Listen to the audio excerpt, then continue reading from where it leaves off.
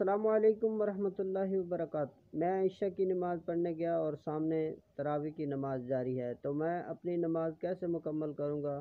یہ آج جاننے کے لیے ہم نے قاری محمد صدیق صاحب سے رابطہ کیا ہے۔ تو وہ اس بارے میں کیا فرما رہے ہیں، تو چلتے ہیں قاری محمد صدیق صاحب کے۔ السلام علیکم ورحمۃ اللہ وبرکاتہ۔ الحمدللہ رب العالمین والعاقبۃ للمتقین والصلاۃ والسلام علی اشرف الانبیاء والمرسلین نبینا و رسولنا و حبیبنا و امامنا محمد وعلی آلہ و اصحابہ اجمعین، اما بعد۔ بہت سارے بھائیوں کی طرف سے یہ سوال بھیجا گیا ہے کہ آج کل کیونکہ رمضان المبارک میں نماز تراویح کا اہتمام کیا جاتا ہے، تو بہت سی مساجد میں اس طرح ہوتا ہے کہ اگر کوئی شخص لیٹ ہو گیا ہے، یعنی عشاء کی نماز سے وہ لیٹ ہو گیا ہے اور مسجد میں اس وقت پہنچا ہے جب نماز تراویح ادا ہو رہی ہوتی ہے،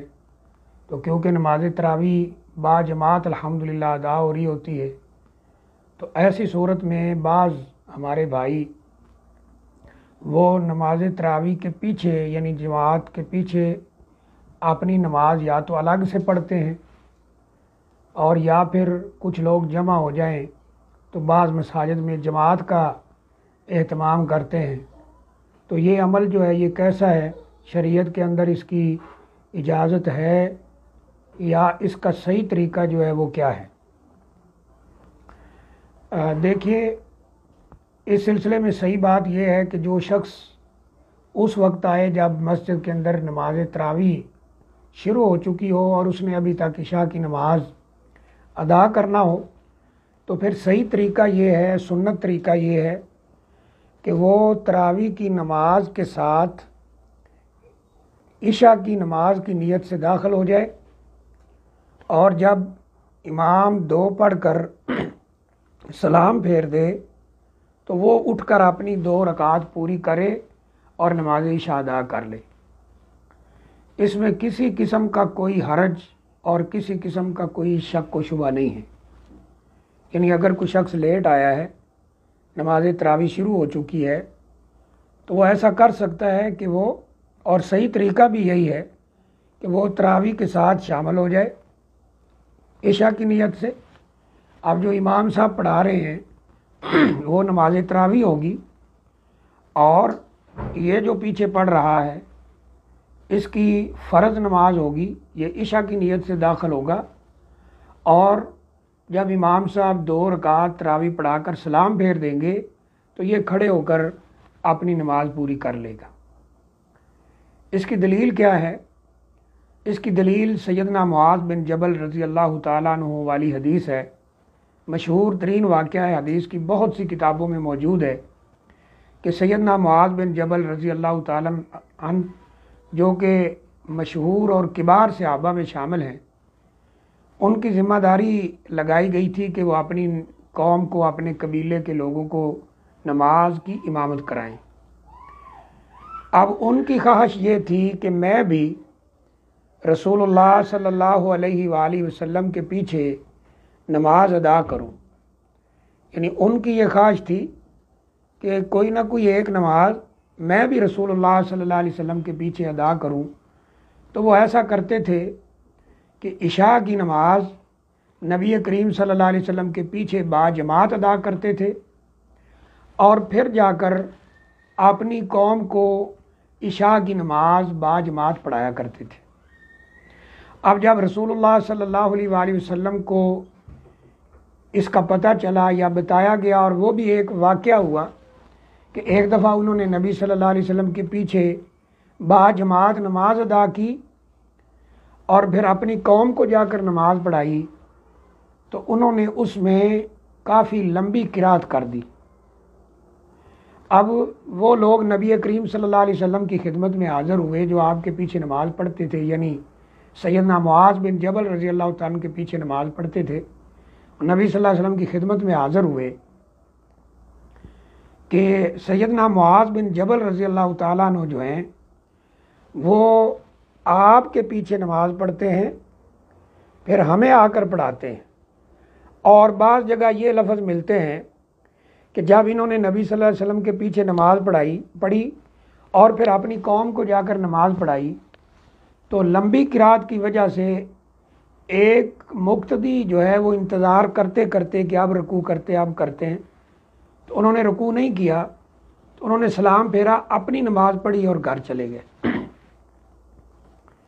تو اس لحاظ سے نبی اکرم صلی اللہ علیہ وسلم کو خود سیدنا معاذ بن جبل رضی اللہ تعالیٰ عنہ نے شکایت لگائی۔ بعد میں ہے کہ قبیلہ کے لوگ بھی آ گئے۔ اب جب سیدنا معاذ رضی اللہ تعالیٰ عنہ اور ان کے قبیلہ کے افراد جن کو وہ نماز پڑھایا کرتے تھے، ان کے مقتدی، وہ بھی رسول اللہ صلی اللہ علیہ وسلم کی خدمت میں حاضر ہو گئے،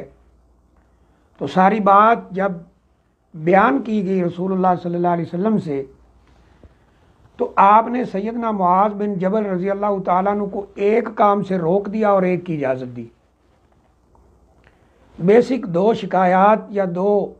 جو معاملے تھے آپ کے سامنے جو اٹھائے گئے، ان میں سے ایک یہ تھا کہ یہ عشاء کی نماز آپ کے پیچھے پڑھتے ہیں، پھر ہمیں آ کر پڑھاتے ہیں،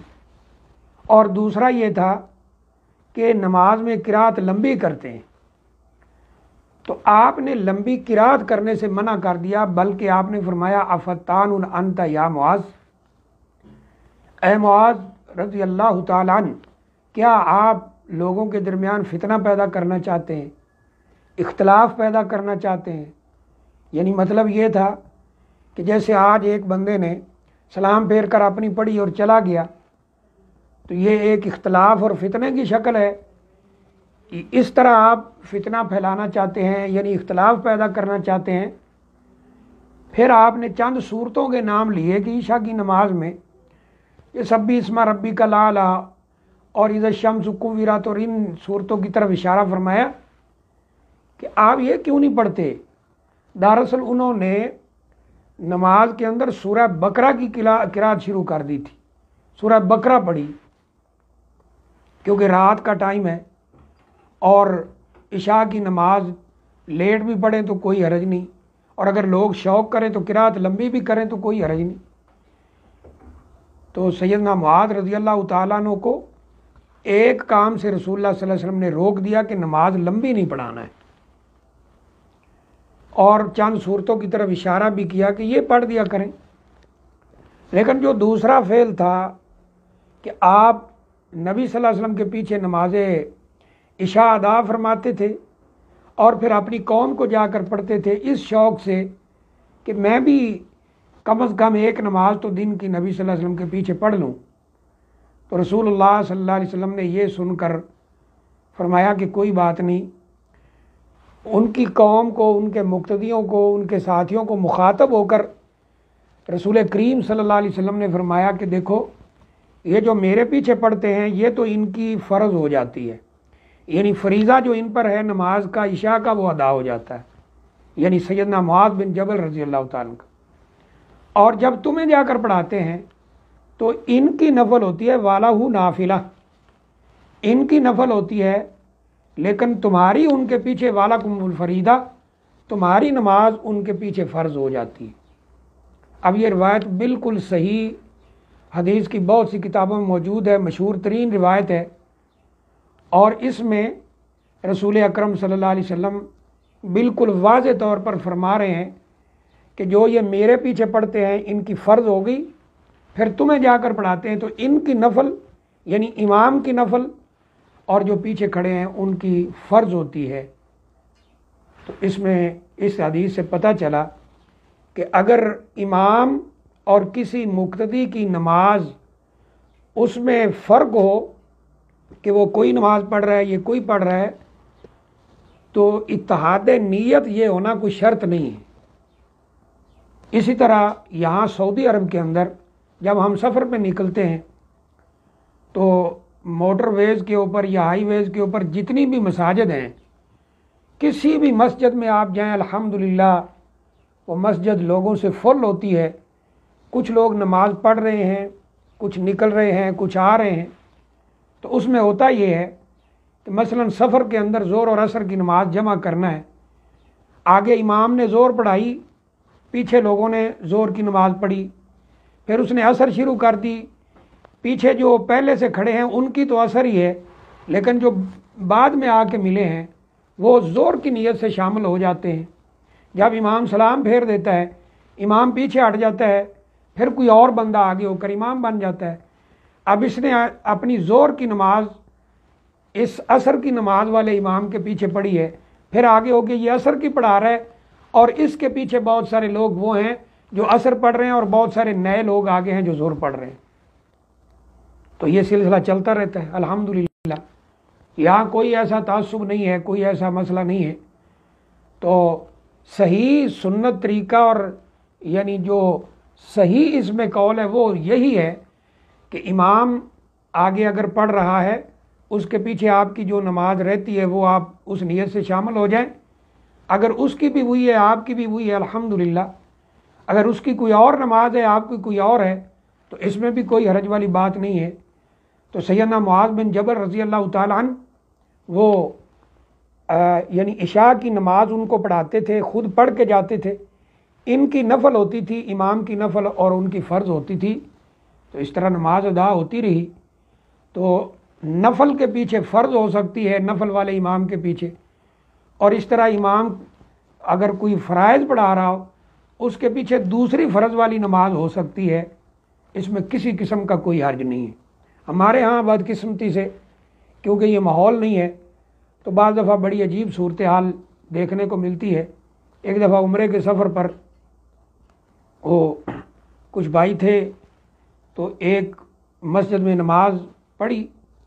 تو اب آگے جو جماعت ہو رہی تھی وہ ختم ہوئی، تو فوراً ایک آدمی کھڑا ہوا، اس نے اپنی سنتیں شروع کر دی۔ اب جو پیچھے لوگ آئے تھے انہوں نے یہ سمجھا کہ یہ نماز پڑھ رہے ہیں، کیونکہ سفر میں دو دو نمازیں جمع ہوتی ہیں، لوگ اس کے پیچھے کھڑے ہو گئے۔ یہ بالکل ریئل واقعہ ہے۔ اب اس کو چاہیے یہ تھا کہ وہ امام بنتا، چاہے وہ سنتے ہی پڑھ رہا تھا، وہ اللہ اکبر کرتا، اونچی آواز سے قرات کرتا، لیکن اس نے قرات نہیں کی، غالباً مغرب عشاء کا جو جمع کا تھا مسئلہ، تو لوگ اس کو لقمہ دے رہے ہیں سبحان اللہ، لیکن وہ چپ کر کے کھڑا ہے۔ پھر چپ کر کے رکوع میں گیا، لوگ پھر سبحان اللہ کہہ رہے، اس کو دیکھ رہے ہیں۔ پھر وہ گیا تو لوگ بھی چلے گئے، وہ کھڑا ہوا، لوگ بھی کھڑے ہو گئے۔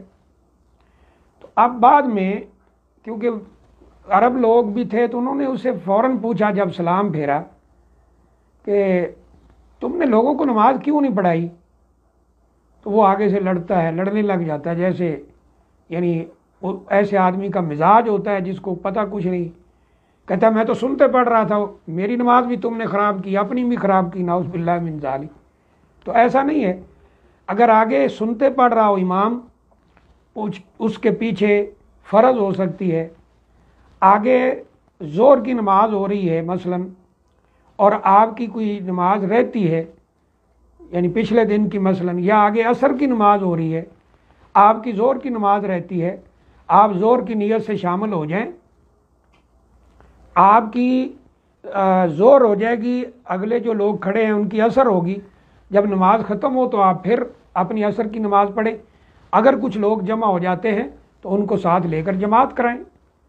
تو یہ طریقہ بالکل صحیح ہے، اس میں کوئی حرج والی بات نہیں۔ الگ سے جماعت کرانا تراویح کے پاس